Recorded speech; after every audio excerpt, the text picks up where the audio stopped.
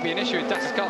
Now this is not good news for our championship leader. He's got a puncher, almost certainly he has got a puncher, has the championship leader. Cameron Das locks up, look at the left rear Michelin tyre.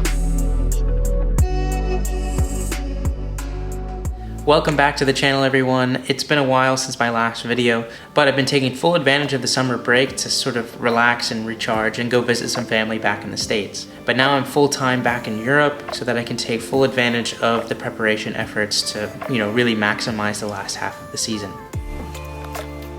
So this week we are talking about Imola, which is a beautiful track near Bologna, Italy.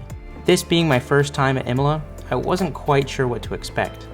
You have some interesting sequences of corners ranging from a slow speed chicane with huge sausage curbs to high speed off-camber corners to big downhill braking zones, while you also have a very long start-finish straight which should hopefully provide some overtaking opportunities. So after experiencing the track for myself, I'd have to say this is one of the trickier tracks I've ever been to. But at the same time, it's one that I really find fun to drive on.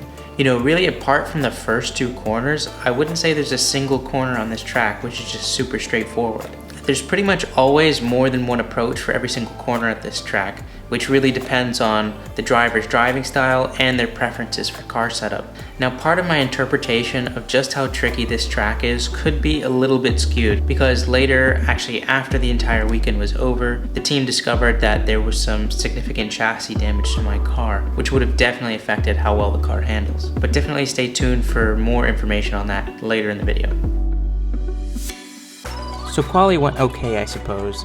I had a radiator malfunction in the first free practice session, so I only really had a few laps under my belt to learn the track before quali. But I think P2 was a decent effort considering those circumstances. I still felt like I scrapped by a bit, and my pace still needed a lot of work to keep or exceed that position in the races.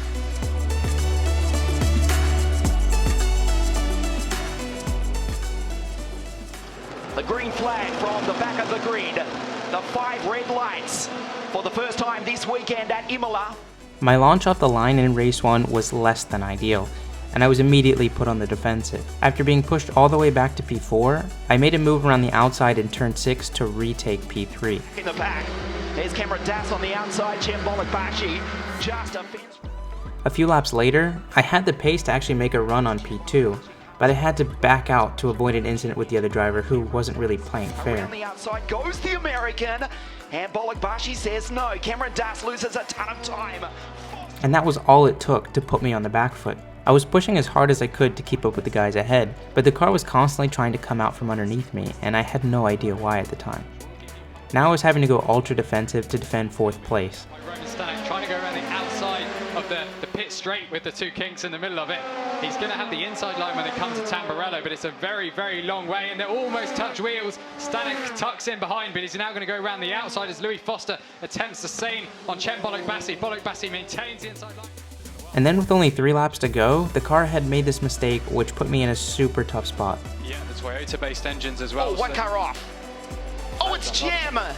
Jem's gone off the road and thrown away 2nd place. So Bolek-Bassi looking for 2nd, now has to fight Cameron Das. And that ended up pushing me down to 5th, which is where I ultimately finished the race. Now during that race, I had no idea that the chassis was damaged. As I mentioned before, we didn't really discover it until after the race weekend ended. All I knew was something didn't feel right, and the car had been misbehaving progressively worse and worse throughout the weekend.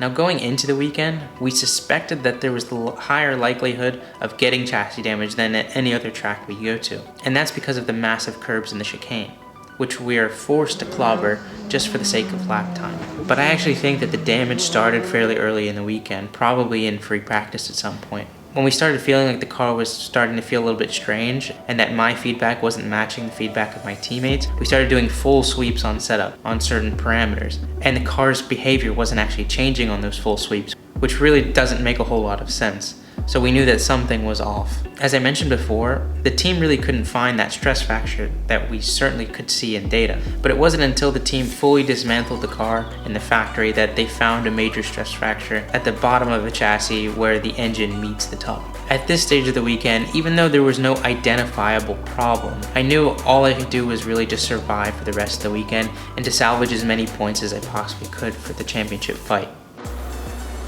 So heading into the reverse grid race, I would be starting P2 again.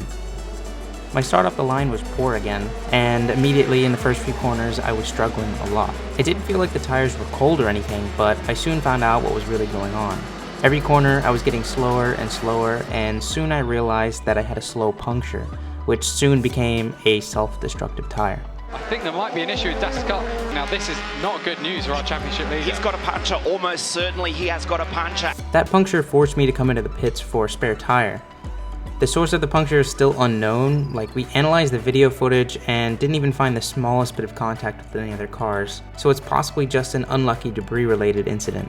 In my head, I'm obviously very gutted because now I've just missed out on some really good points, which is going to really hurt the championship efforts, but I know the only thing I can really focus on now is coming in, getting that used tire on, and hopefully getting as fast a lap as I possibly can to sort of maybe salvage something in race 3. Here is Cameron Das, the race leader by a single point, 213 points to 212 for Louis Foster. Based on the fastest laps from race 2, I started P4 for the third and final race of the weekend. The championship points are now insanely close between Louis and I, so whichever of us finish this race in front will effectively lead the championship heading into the long summer break. For the final time here at Imola, we race. Nice start by Crawford, Stunning tries to go with him. Enzo truly started grid 3, he's in third place already, holding off the challenge from Cameron Das, and Foster behind, Foster down the inside, Das around the outside, Crawford. I finally had a decent getaway off the line, and I maintained my position for the first lap. On the following lap, the car ahead left the door open into the high-speed right-hander of turn 11. I stuck it in around the outside and made my way into a podium position. A few corners later, the gearbox of the car I overtook was completely ripped off, which turned the last couple of corners into an oily ice rink for the remainder of the race. Cars going off as well. Bollock Bassi around the outside of Vasto, and he's spun. Oh, wow. That's taken out both his teammates. At this point, when everyone started to settle into the race, my car starts to become a serious handful. You can see here in the chicane how close I am to losing the car on the entry, which lets my teammate Louis close in.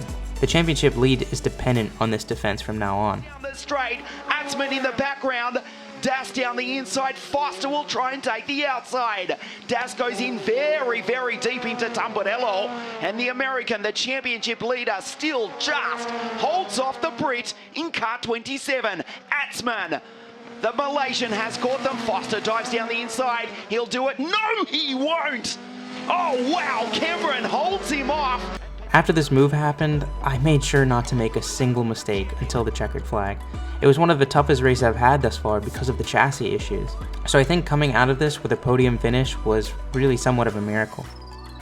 So next up is one of my favorite tracks in Europe, and that's the Red Bull Ring in Austria. So be sure to stay tuned for a lot more content to come in the next couple of weeks. Be sure to check out my Instagram for live updates as the weekend goes on. And with that being said, thank you guys for watching, and I'll see you on the next one.